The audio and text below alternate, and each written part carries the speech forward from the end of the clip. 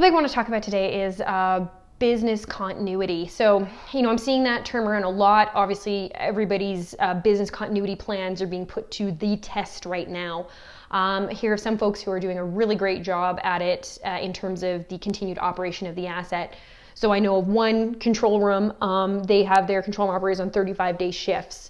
So folks are, they're getting their safe quarantine, they're performing their shift, and then going home to their family where they're quarantining again. So that makes sense. And is meeting the need of the industry and the employer. Where I think there's room for improvement is around how those people, if this goes on long term, this isn't something they signed up for, and there's obviously then a risk for turnover with employees. Forbid this goes on too long, but it's something we all didn't think we had to plan for the worst as much as we did, but we certainly are planning for the worst now.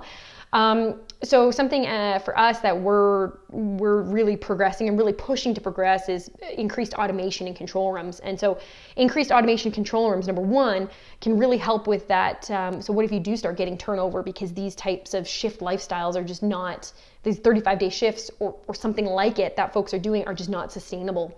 Then how do you capture the knowledge of the control room operators? Increased automation and software is certainly a way to do that.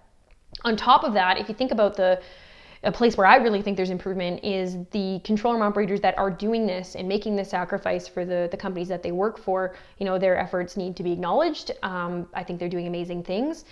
But what could we do on the technology front to, inside the confines of how important it is for a secure environment for pipeline operations or asset operations, but also make it more flexible so that control room operators don't have to be confined specifically to a room that they need to be in to be able to operate these assets.